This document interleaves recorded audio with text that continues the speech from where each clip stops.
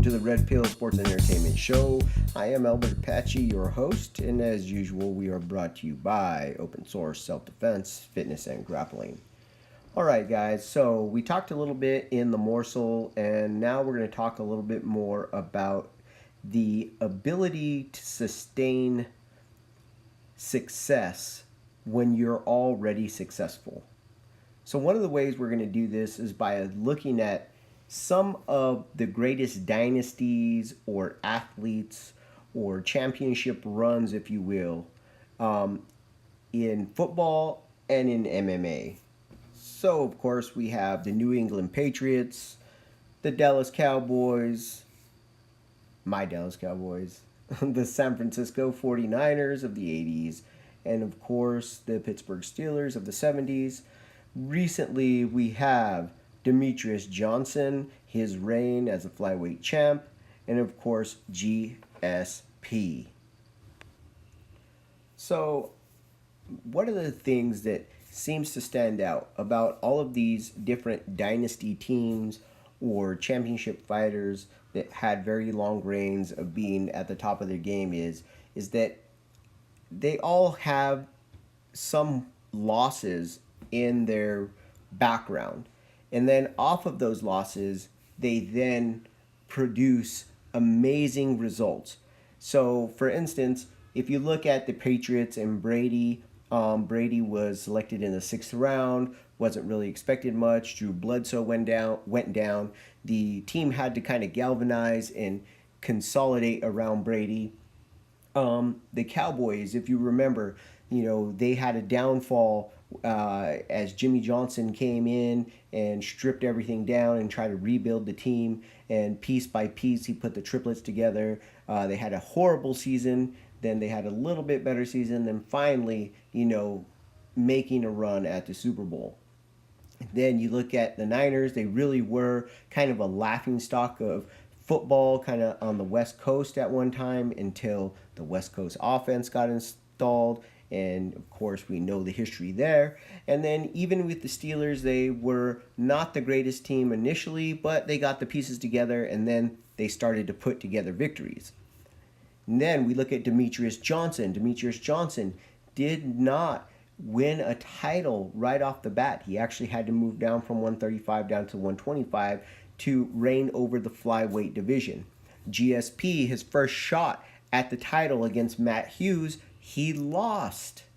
And then he came back and had an amazing run as the champion, even losing the belt one time in a fight which I think all fans kind of know now as being a fluke, a type of win, type of loss, not taking the challenger seriously, Matt Serra. So now, after we see that, we can basically see that same pattern with everybody. Everybody really pretty much can step up to the plate and really perform well after a loss, after a fail, when we really feel like we have something to prove. The problem is, after we've proven our point, how do we maintain that motivation? And this is where I like to go back and look at the current team. Look at this current team. What are they doing? They're galvanizing. These Patriots are galvanizing around the idea that it's them against the world. And so I kind of look at that kind of thread and see if I see those same things in each one of these particular teams or athletes that we're talking about. And you absolutely do. The 90s Cowboys, it was the birth of the ABC fan. And they're still around today. And they're the anybody but the Cowboys fan, right? That's what they are. They talk more about the Dallas Cowboys still to this day than they do their own team. You see a lot of the similarities with anybody but the Patriots fans, right? Same thing with the 49ers. 49ers had to have a very, nobody thought we could do it. Hey, we got this quarterback that, is, not supposed to have been that great, barely started at Notre Dame as it was, right? And even Terry Bradshaw, I'm not the biggest Terry Bradshaw fan, and maybe this just goes to show, right, exactly what it was there. And That's the fact that Terry Bradshaw, still isn't really looked at as being, an elite of elite quarterbacks. He's still kind of seen almost like, well, he was along for the ride. Look at Demetrius Johnson.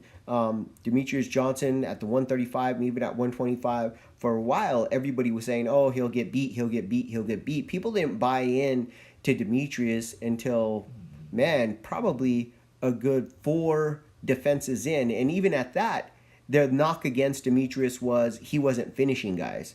Then he started finishing guys. So he found a thread that was like, hey, nobody believes in me. Same with GSP. Nobody thought GSP was going to beat Matt Hughes. He lost Matt Hughes the first time. Second time he came back, GSP beat Matt Hughes, and he beat him pretty definitively. I mean, he didn't leave a lot of questions when he beat Matt Hughes.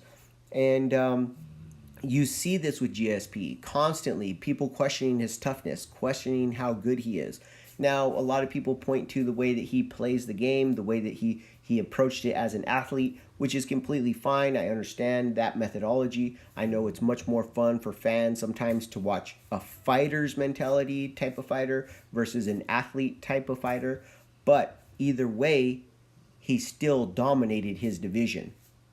Then we saw him come back in another fight where people really didn't think he belonged in that heavier middleweight division and win the title off of Bisping. Now, do I think that Bisping was probably the, weakest of all of the middleweight champions in this decade? Yeah, I do. I think he was the weakest champion of this decade, right? However, that still says a lot that GSP went in there and beat him. And he didn't beat him like a lot of people thought he was going to beat him, which was out-wrestle him. He didn't out-wrestle Bisping per se. Okay, he went in there and he outstruck Bisping. He went to Bisping's strength and outdid Bisping at his strength. So we can see that most of the time when it comes to people who can sustain a very high level of achievement over time, how they're able to do that is through selling themselves back that they are the underdog. They still have something to prove to themselves or to the naysayers. And that's how they motivate themselves. So as you're training, as you're trying to get fit, as you start hitting these little bits of success, if you're still with the New Year's resolutions that you've made, what you need to do is sell yourself on the idea that you still have something left to prove. You still have to prove now that you've not just reached there, but you belong there, that it wasn't a fluke. All right, guys, let's move on. So I told you guys we'd get a little bit more into the NBA as the season got deeper and things got a little bit more interesting. Like I said, I don't like to talk NBA too early into the season because the reality is it's barely getting started right about now. Okay, about what are we, about 50 games, 55 games into the season? It's barely getting started now. So with all that being said, what I touched on in the morsel was the idea of dynasties and super teams as it pertains to the NBA. Now, there's those out there, the talking heads, in particular Colin Cowherd running around and, talking all about how we really do like dynasties in the United States. And as much as we say we don't like these super teams, we love super teams because look at the dynasties that we've followed. Here's the difference, okay? There's a big difference between a dynasty that is built and a super team, an all-star team that is a bunch of hired guns. Basically, there's a big difference between, an actual soldier, right, and a mercenary. And the thing is that when we look at some of these, and this is what diminishes LeBron James in so many fans' eyes. This is why this is the true reason why LeBron James is not as beloved as Michael Jordan. It has nothing to do, or I would say, It has little to do with his social views, his big talk. It doesn't have a lot to do with that. That's the minor part. That's the part that's just kind of like, those are the straws, if you will, that break the camel's back. Okay? The problem with LeBron is that he's looked at like an assassin. He's looked at like a mercenary. He's not looked at like, let's say, the player that is universally referenced as the GOAT, Michael Jordan. Okay? Michael Jordan didn't come into the league and immediately win. He didn't come into the league and go shopping around and find the best team that he could possibly find. Okay? He stayed in Chicago. He helped build that team. There's a big difference. There's no sense of, with LeBron James, there is no sense of he paid his dues. There's no sense of he got better players to want to come play with him. Okay? And in essence, that's what Michael Jordan did. He actually enticed other players to want to come play with him, right? Or to stay playing with him rather than moving on. I think those of us who remember those 90s Chicago Bulls team could have said Scottie Pippen could have played and been a, number one guy on other teams. And in fact, later in his career in Portland, he had a pretty successful career as a main guy in Portland. That being said, he didn't leave Michael when they were in Chicago.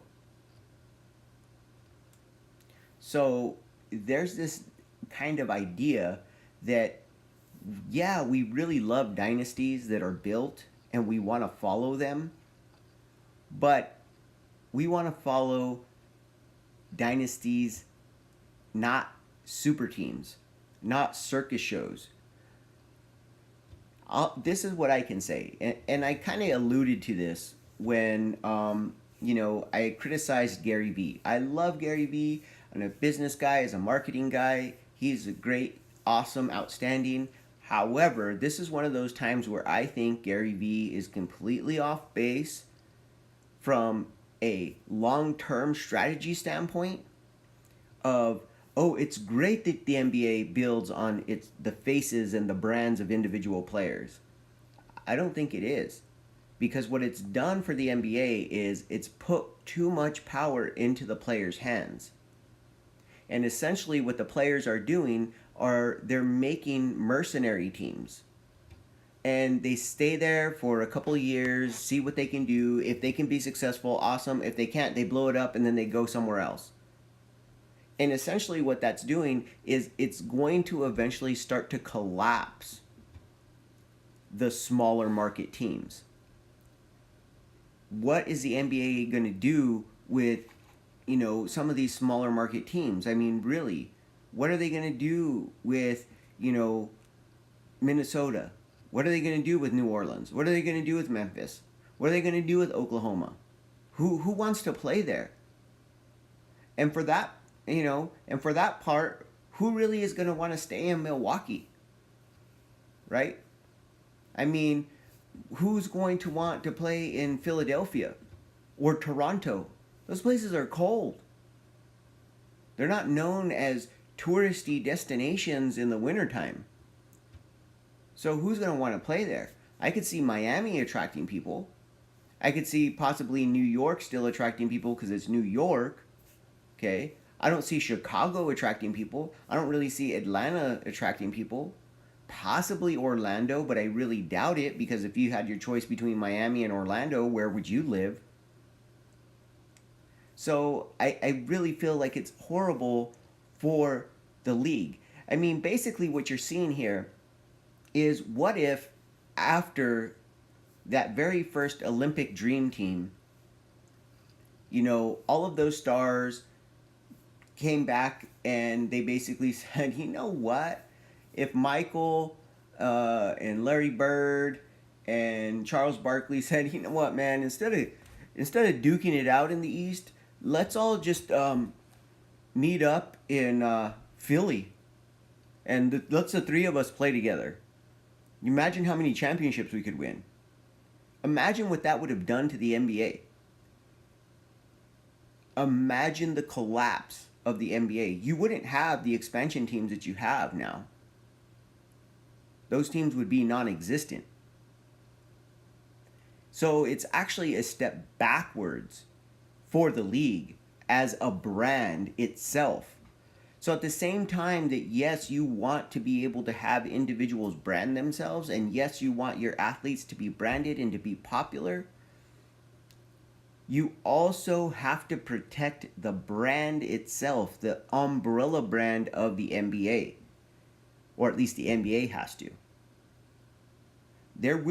It's my personal opinion, if the NBA does not get this superstar basketball players calling the shots about where they will and where they will not play, if they don't get this under control, you're going to see a collapse of a lot of these smaller teams.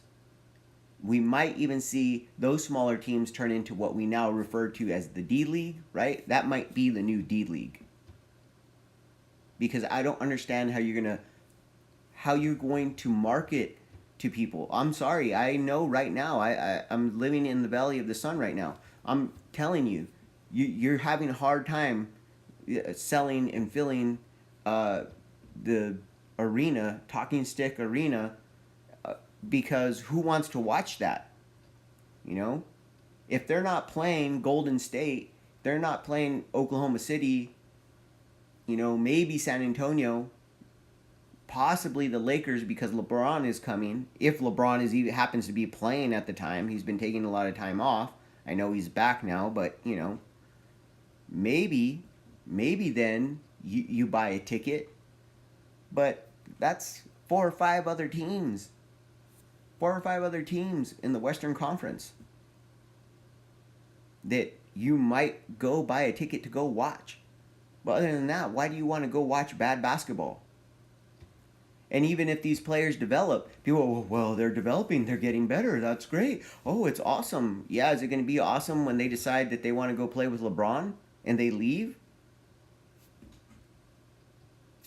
So what's the point? It makes absolutely no sense. Beyond that, it brings me to a point where it comes to coaching and youth sports. Very similar kind of concept. I coached, girls soccer in Albuquerque, New Mexico for quite a few years, and I watched two in particular coaches that I can think of come to mind, and I won't name their names, but they're pretty prominent youth girls soccer coaches. And I would watch these two coaches, and everybody, would say, they were great coaches. They were great coaches. They were great coaches. Well, they weren't that spectacular of coaches. If you want to know the truth is they were great recruiters. They were great scouters. They had a great ability to sell themselves, to bring in all-stars. Basically what they would try to do is gather up all the talent onto one team. They would try to get that talent as young as they could, gather it up under one umbrella. That's not developing a player. Not in youth sports. That's not development of a player. That's not a coach. To me, a coach is somebody who can develop a player, especially in the youth sports world. Taking a player that is middle of the road and making them good. The reality is most of these kids are not going to go on to play pro sports. They're not even going to go on to play college sports. So the concept should be that they want to develop this player to be a very good player, to have fun with this game for the rest of their life, and if they have the ability to possibly take their shot someday, going to college, going into professional sports. But the reality is these coaches were not. They were not good coaches. I even heard somebody once say, well, you know what? They're really good, quote unquote, skill coaches. Well, you know what? Just because, you know, somebody can yell at your kid enough to make them do something doesn't make them a good skills coach. What the test is, okay, is do those skills translate in a high pressure situation? Do those skills come out? Are those skills part of this person? Do they understand the concepts and the principles behind the skills so that they can continue to build their game around it? That's what's a good skills coach. Not having somebody drill a zillion times cutting the soccer ball to the left or cutting the soccer ball to the right, but they can't do it under pressure. Or they have no idea how it's applicable to anything else in the rest of their game of soccer because all they know is to do what I'm told. These two coaches were more responsible for crushing young careers than anybody I've ever seen. I've watched them destroy girls who should have probably gone on to at least play high school or high level club soccer and destroy them to where they hated soccer. They went from loving soccer to hating soccer. That's not a good coach. That's definitely not a good skills coach. So when I'm talking about the collapse of the NBA and people walking away, remember that we see the microcosm of sports, we see it in youth sports. We see what's going on.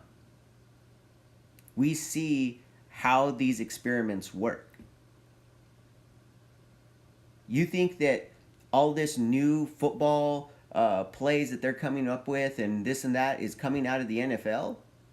No. All this pistol offense that started was made prominent more at Oregon at the collegiate level. The rebirth of the fast-paced, what do you call it, no huddle offense. We saw that rebirth in high school first. I believe, I can't remember the coach's name, but there's a youth football coach. He runs, I believe it's Warp Speed Football. You can find it online if you're interested. Very interesting concepts when it comes to football.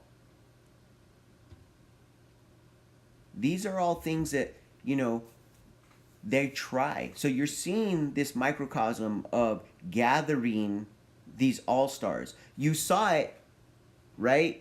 You think this happened in the NBA. This didn't happen in the NBA. You ask those NBA players how long they've known each other.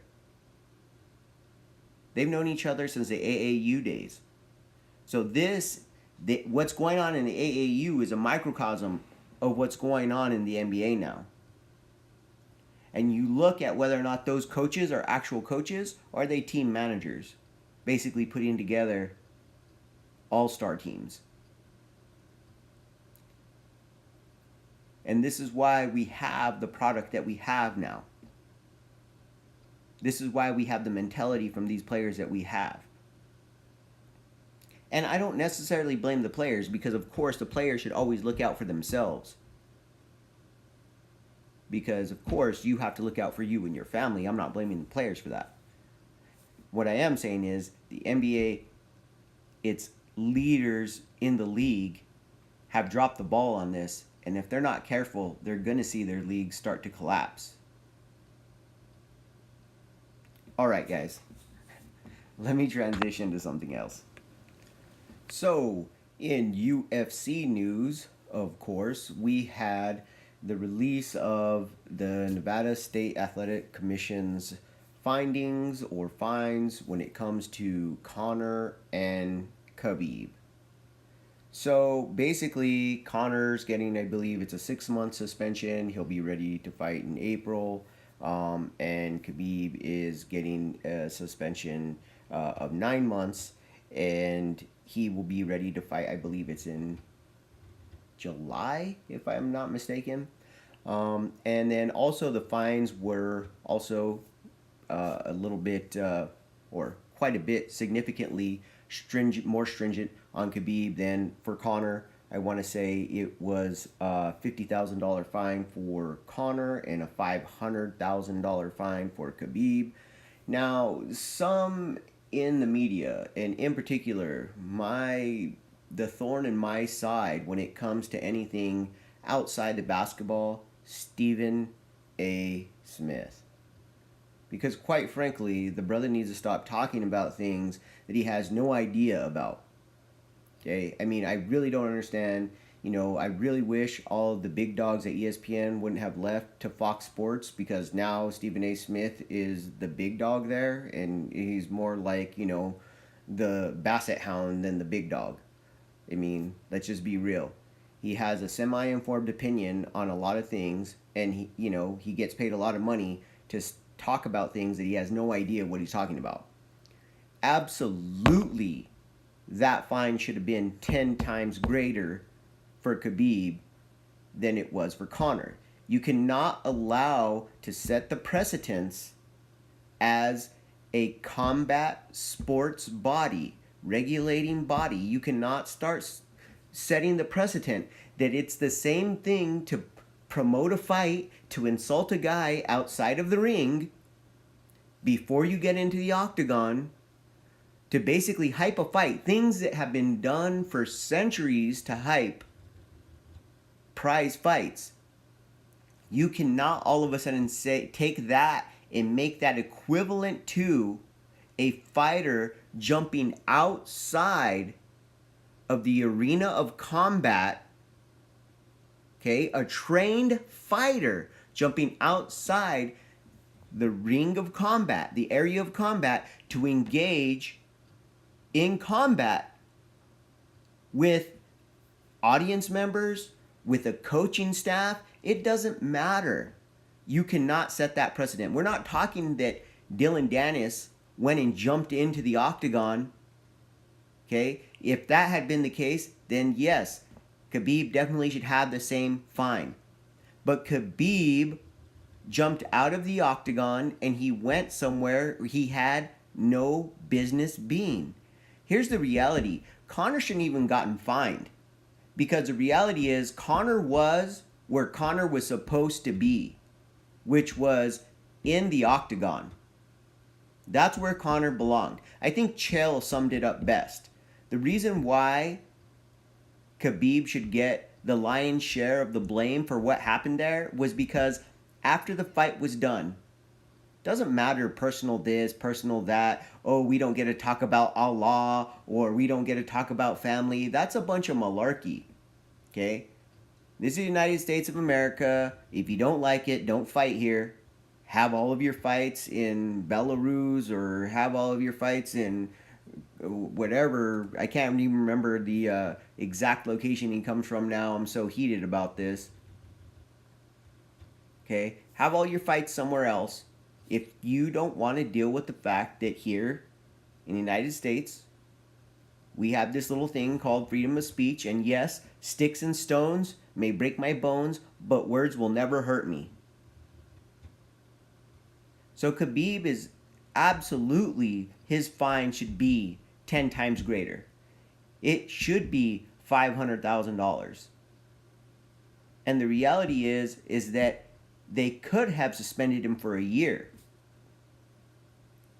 It's not right that he should jump out of the ring and go after somebody who is not a combatant in the ring, in the area of combat.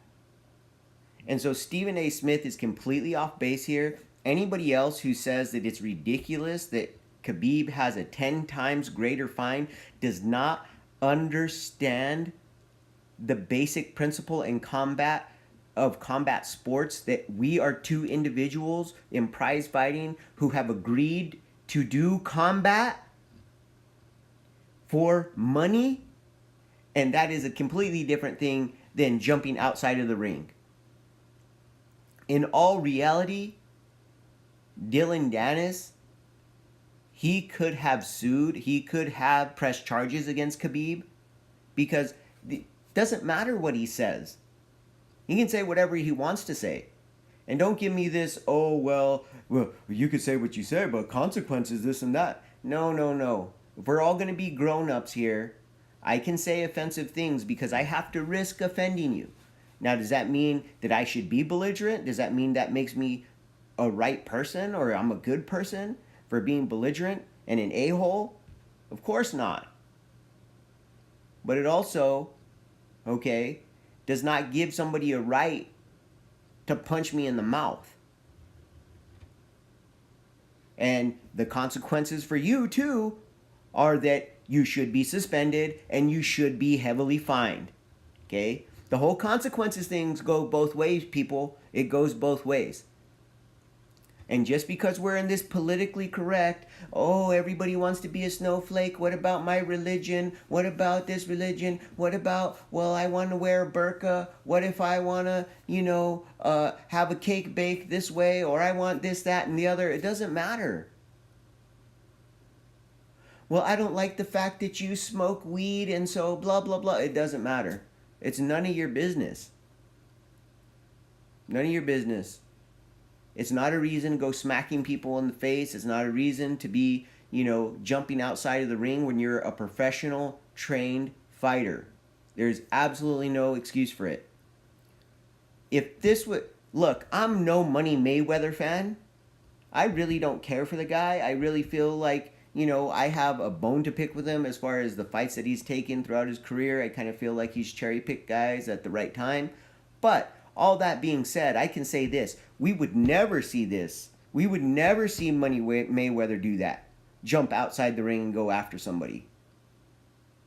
I don't care what kind of ridiculousness somebody may have said.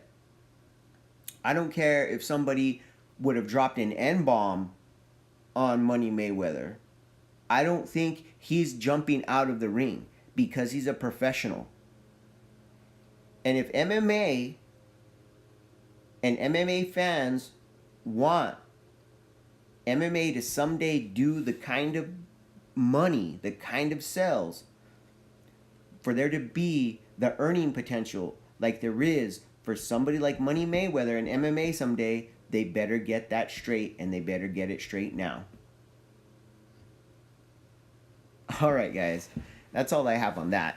But let's go ahead and transition and let's talk a little bit about the whole idea of Conor coming back to fight and Khabib coming back to fight. So I'm going to start with Khabib because quite honestly, I feel like it's the easier matchup to look at and say this is the most sense right now for the division.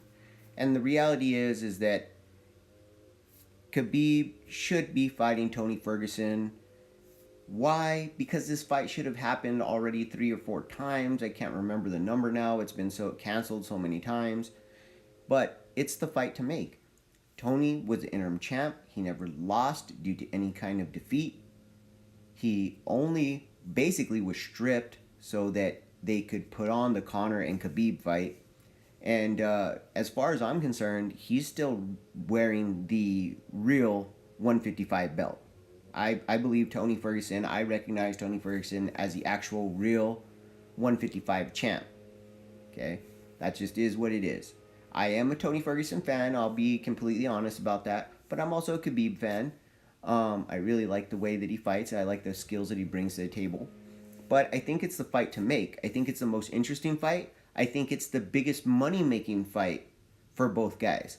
I don't see Khabib fighting somebody else making more money. At this point, because of the domination of the fight, I don't even think that him fighting Conor would make as much money. I think the fight to make is against Tony Ferguson. I think that's where he's going to make the most amount of money. It's the most compelling fight. It also gives us the most amount of storyline for the UFC to sell. And as far as fans, it gives us some really cool matchups. We got a guy in Khabib that's a wrestler that likes to take you down, that throws a very unorthodox overhand right, which is very powerful. Okay, he doesn't strike a lot, but his striking is getting better. And he's understanding how to use his wrestling to set up his striking so it makes him dangerous on the feet. Tony Ferguson, okay, has even more unorthodox striking. Okay, he strikes from very weird angles. He's very flowy. He moves very fluid while he's inside of the octagon. When he's striking, he's very opportunistic, a bit reckless, but because he's high risk, high reward. Okay? Other thing about Tony Ferguson, and he's on record as saying it, and I believe that he believes this, and his jiu-jitsu coach is on record of saying it, okay, is that he wouldn't be afraid to go to the ground with Khabib. He wouldn't be fighting to get back up, okay?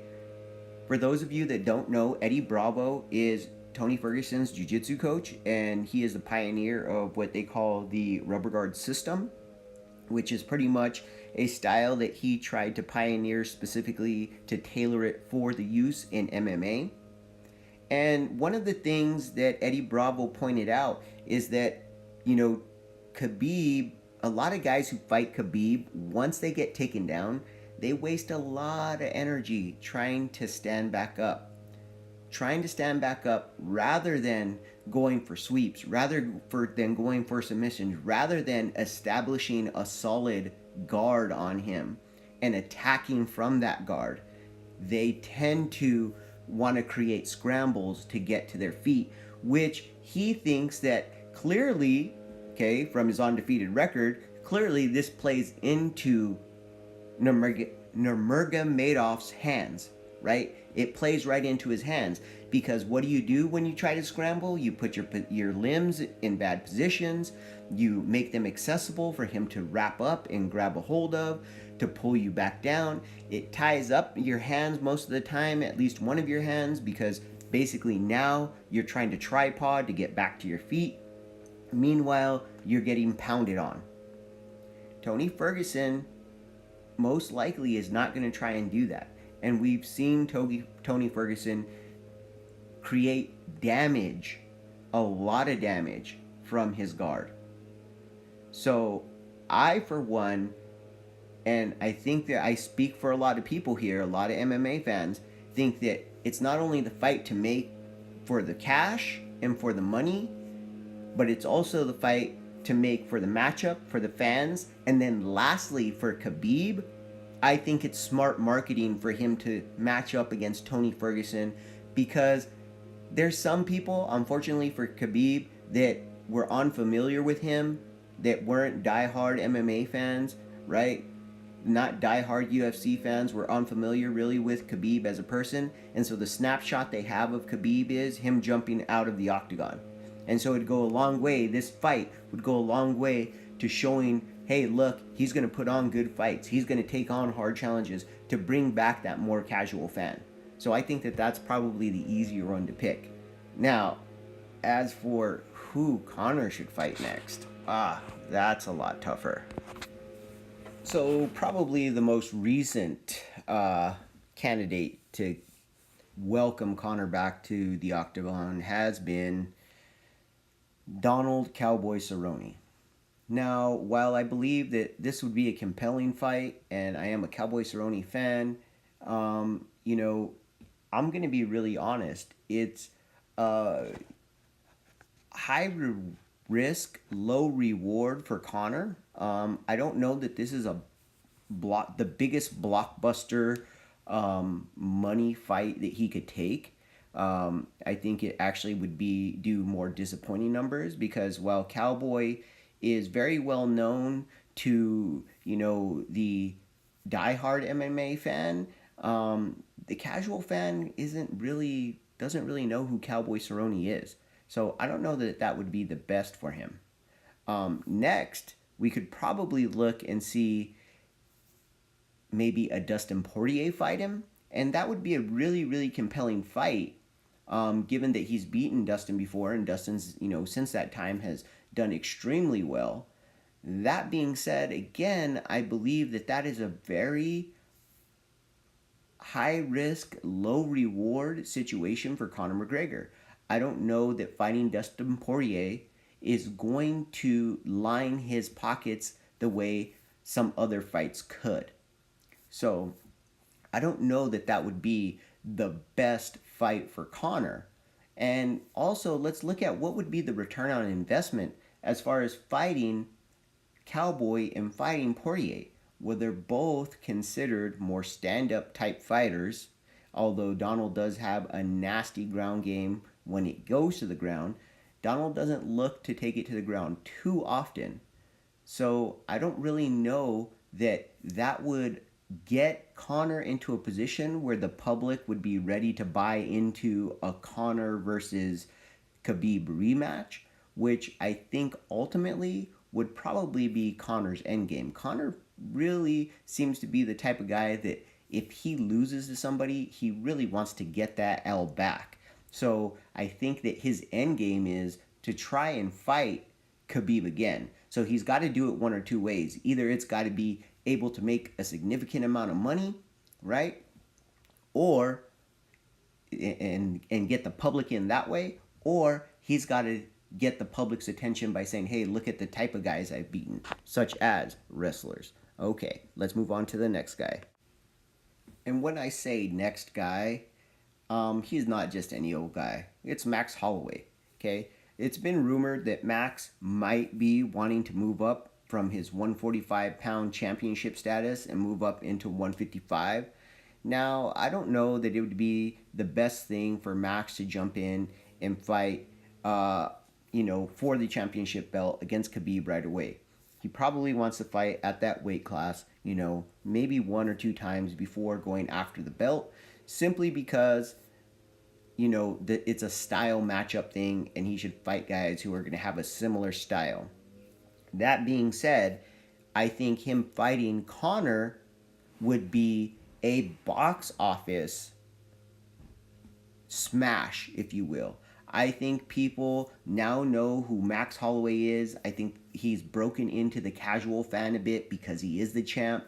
Just watch him demolish, the number one contender and in Brian Ortega. And now, it's kind of like, well, he's almost cleaned out the division. Where does he go? So I really feel like a rematch with Conor, because Conor has beat him before, that would be a very compelling fight. Now, again, it's very high risk for Conor because I think that stylistically, Max is a bad matchup for him, especially if they're a main event and you're going 5 rounds. I think by far Max is going to have the better cardio into the fourth and fifth round. I also feel like, Max is evolved as a fighter a lot more than Conor has since the last time they fought. So I really don't know that it's, the best as far as risk goes, but reward wise, I think the UFC could definitely make that fight a full blown main card, even without a belt. So it's really something to think about from the business standpoint. Now, let's talk a little bit about the next guy. The next guy, he's a bit of a dark horse, I think, to fight Conor McGregor. But I think it could be an amazing undercard fight, maybe a co-main event, okay, that would generate a lot of interest and a lot of money because of the style of his fights. And that would be Justin Gaethje. Now, a lot of people look at me when I say that and they go, "Justin Gaethje, are you serious? You really believe that Justin Gaethje is a good matchup for Conor?" No, absolutely not. I think it's actually a really bad matchup for Justin Gaethje. But that being said, I also think it's a bad matchup for Conor. They're both each other's kryptonite. It's like basically scheduling a train wreck to happen, right? Here's this guy who plods forward and swings for the fences and he goes to the body like no other. He throws massive leg kicks, right? And he takes a lot of punishment. Well, Conor gives out a lot of punishment, but he also uses that wide karate stance. His leg is out there to get chopped. And guess what? Conor, he has kind of a limited gas tank. Justin Gaethje sets a nasty pace at the beginning of the fight. And he keeps it going and he keeps it going. I really feel like that fight, it could sell to the public. It would be super fun to watch. And it would be a lower risk for Conor with a high reward when it comes to financially getting paid. Now, just wait for it. I'm about to tell you what I think is the best matchup, business wise, money wise, and style wise for Conor McGregor. Wait for it. Wait for it. In my mind, the best matchup for Conor McGregor to make his return to the octagon is Kevin Lee. Now, why do I think Kevin Lee would be a good matchup for Conor? Well, number one, we saw from Kevin Lee that while he is a great boxer and while he has great boxing skills and he also has great wrestling and wrestling skills, right now, in the last fight we watched against El Iaquinta, he had a hard time putting it together. He had a really hard time mixing the boxing and the wrestling in a seamless type fashion. This would mean that it would be a little bit slower of a pace in the transitions than what he saw against Khabib. So it would be a little better matchup for him on the feet than it would be against Khabib. As far as on the ground, it would also give him a high level, high explosiveness wrestler that's very strong at 155 to deal with. I think that because Kevin Lee is ranked and regarded very highly, okay, that most people would look at that if he could beat Kevin Lee, say, hey, maybe Conor's come a long way, especially if Conor could keep it from going to the ground and it didn't end too early. If Kevin Lee tried to take a couple shots, and he kept it off the ground, or Kevin Lee got him to the ground and Conor was able to get back up or otherwise reverse the position, all of a sudden people would maybe take Conor a little bit more seriously as far as a rematch with Khabib, which again, like I said, I think overall that's his end goal, is to get a rematch against Khabib. Now, Kevin Lee isn't a slouch. I'm not here trying to say that it's an easy fight. I'm saying that matchup wise, it gives him the best blend of risk reward and money, as well as rewards him with the idea, at least anyway, that he is working his way back and dealing with fixing holes that maybe Khabib exposed. So that's what I got, guys. We'll see who they really end up announcing that he's going to fight. I would say start looking to hear something about Conor in, I would say, probably the next month or so. Probably try and get him on a card in April. All right, guys. Thanks a lot for listening. Thank you for joining me. Remember, be practical, be purposeful,